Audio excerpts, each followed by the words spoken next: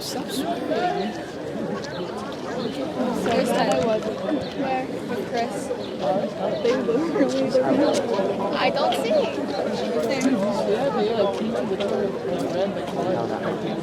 Someone called 911. She hits her head. Omar punctured his face. That'd be gross. And his sleeve. This is Jane Fraud reporting live. We need to go help these pedestrians. I don't got anything else. Hey, this is the VIP section. Yeah, we gotta bring it back. I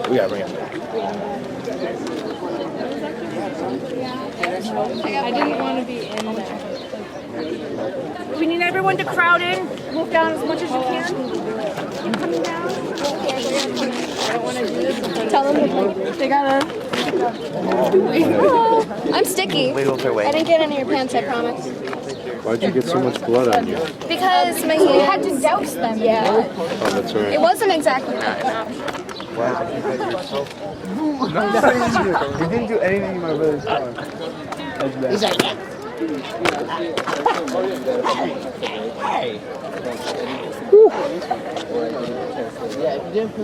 Whose car is it?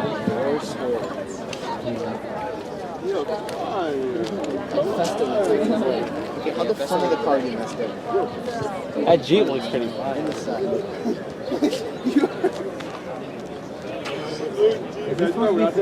you alright? You alright?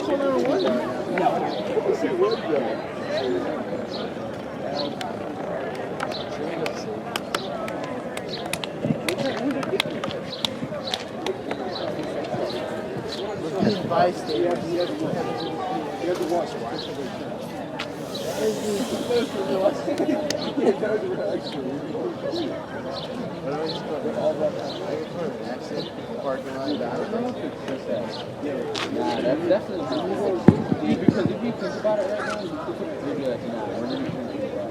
May I have your attention? A little louder. May I have your attention?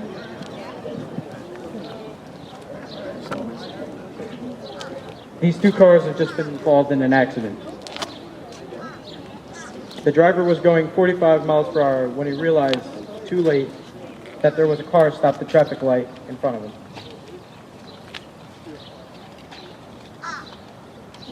Being in the early morning hours with low traffic flow, the crash occurred and there was a 2-minute delay between the accident and the next car coming along. The driver who came upon the scene of the crash called 911. The dispatcher received the call and sends a police unit, fire department, and ambulance. Keep in mind that in some cases, the rescue personnel must drive from home to the fire department to pick up equipment and drive the rescue vehicles to the accident scene. Depending on the location, the first unit may not arrive for 10 to 15 minutes. My name is Joseph Petula, and I'm a 17-year-old male. I'm the driver of the vehicle that is about to change the lives of several students and the world of many adults around me. We were coming from a party that my parents had hosted after the prom. I'd offered to drive my girlfriend Brooke home along with several of her friends. My parents had collected the keys of everyone who had driven to the party, and we weren't supposed to leave. That was the plan. The party was held in the barn behind the house. It was a great place to hang out, and I often had friends come over. At first there was no alcohol, but as things happened, one thing led to another, and one beer led to two. You know how it goes. My older brother had purchased several bottles and a couple cases of beer. The barn fridge was also full of beer that my parents said we could have, as long as things didn't get out of hand. My parents had gone to bed at 1 o'clock after we assured them that no one was going anywhere and that they would keep the noise down. At 3 in the morning, my girlfriend Brooke felt sick and wanted to go home. She asked me to give her a ride, and as her boyfriend, I felt obligated. When my friends Adam and Angela heard I was leaving, they decided that they wanted to ride home as well. They were exhausted, and the barn wasn't the most comfortable place to sleep anyway. I had been drinking for much of the night, but my head felt clear and I thought the night air would help me wake up. What my parents didn't realize is that I always kept a spare set of keys in my backpack. As we're driving home, 15 miles above the posted 30-mile-per-hour speed limit, I receive a text. I look down to check it. Everyone who drives this route, even I, know there's a traffic light ahead.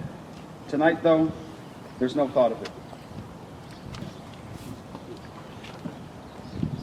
The delayed reaction due to the drinking Joe's speeding and the texting caused this car full of passengers to hit full force the rear end of a car waiting at the stoplight. Luckily, I'm wearing a seatbelt, and the car has an airbag in the steering wheel. At impact, my body is thrown forward of the airbag and the seatbelt absorbing most of the forces involved in the crash. I'm stunned but conscious, but I have no way to avoid but watch the events unfold before me.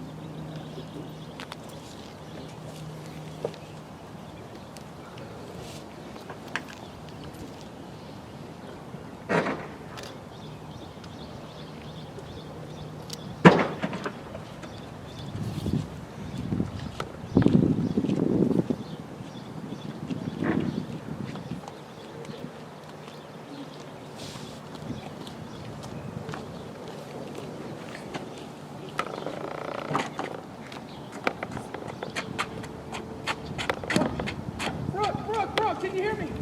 Brooke! Come on. Brooke, you gotta listen to me. Brooke, listen. Adam, come on! Come on, somebody! Get out of the car! Come on, please answer me. Please. You gotta get out of the car.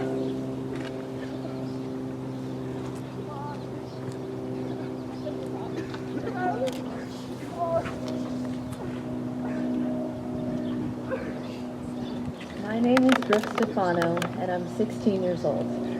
I'm the one in the front seat, next to Joe. I wish I hadn't asked him to give me a ride home. He told me he was okay to drive, and I trusted him. I only had 2 drinks. I was wearing a seatbelt, but put the shoulder strap behind my back because I wanted to talk to my friends in the back seat. At impact, my upper body flew forward into the windshield, giving me severe facial lacerations. Multiple glass shards have been embedded into my face. I have a severe concussion. I broke multiple ribs as my body was thrown forward into the dashboard. My chest wall has collapsed, and I'm fighting for breath because the impact crushed my lung. Both my liver and spleen have been ruptured at impact, and I'm losing a lot of blood into my abdomen. Lastly, after my knee slammed into the dashboard, my left hip was ripped from its socket.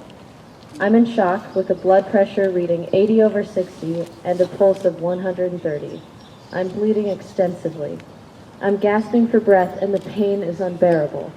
I hope someone helps me soon, because I'm drifting in and out of consciousness.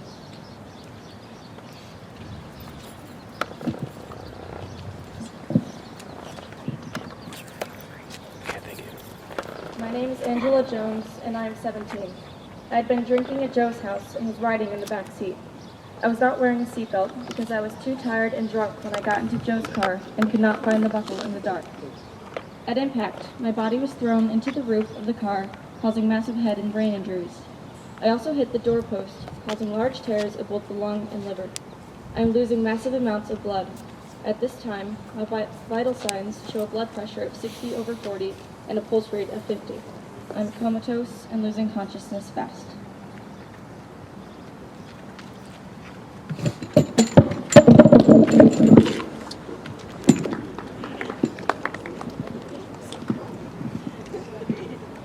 My name is Adam Olin, and I am 18-year-old male. I am the one in the back seat next to Angela.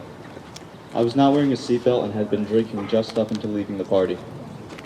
The force of the accident had thrown me forward onto the passenger seat. My chest is crushed against the seat, with several broken ribs. One of the broken ribs has punctured my left lung, causing it to collapse. Although I am awake, with each gasp I am experiencing immense pain as the broken bone end rubs against each other. Additionally, my spleen, which sits between my lower ribs, has been ruptured and is losing blood into my abdomen. At this time, my vital signs are blood pressure 100/80 and a pulse rate of 100.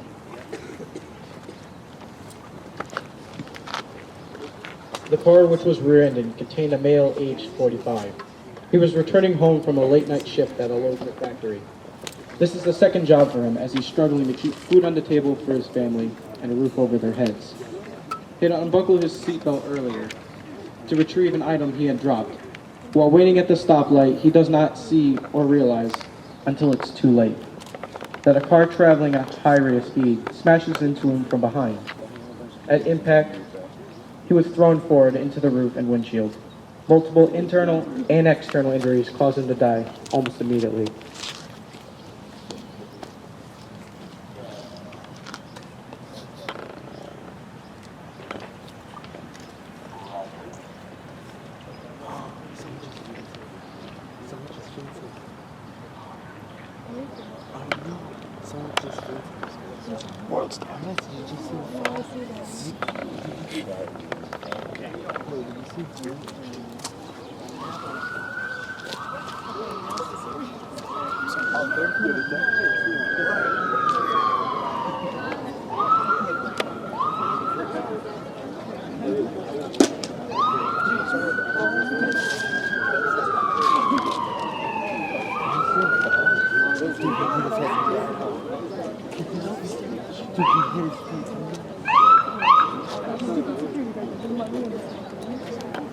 No, someone doesn't need to go to them. Someone needs to go to them. Like, this is more serious than this. No, someone needs to go to that kid. This is, that kid's only about to die.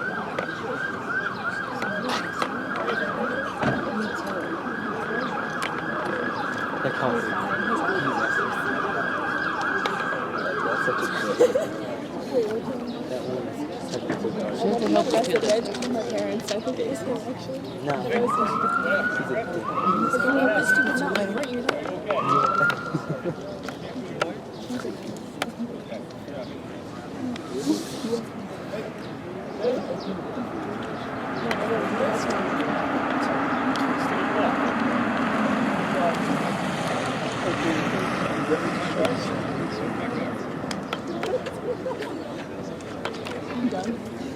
Dude, that kid.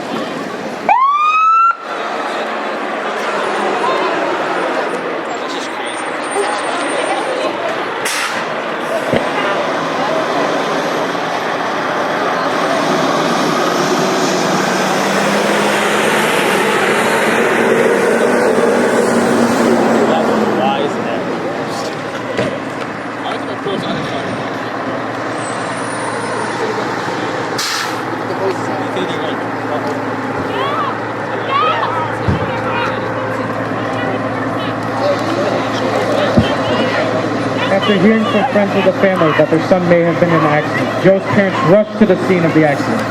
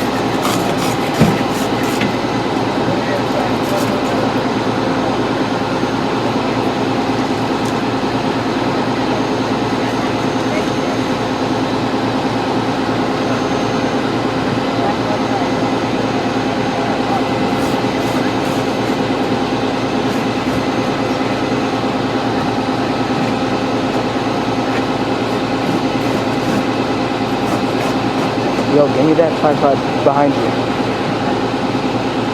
The tripod. Alright.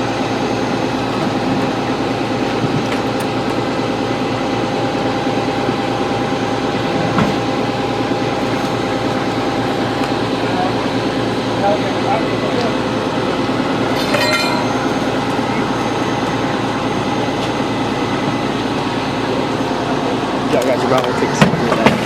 What, that? Nah, I'll take a selfie with it.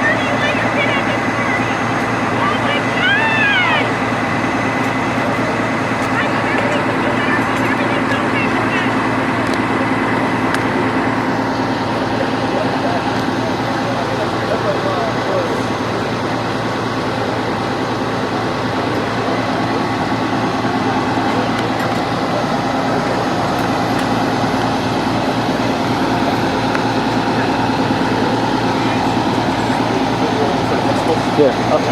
Am I in the way? No. I want to contact you for the video for our website. What? Our fire company website. We can use it. I give you guys, credit. So, yeah. But I'll talk to you after. Okay.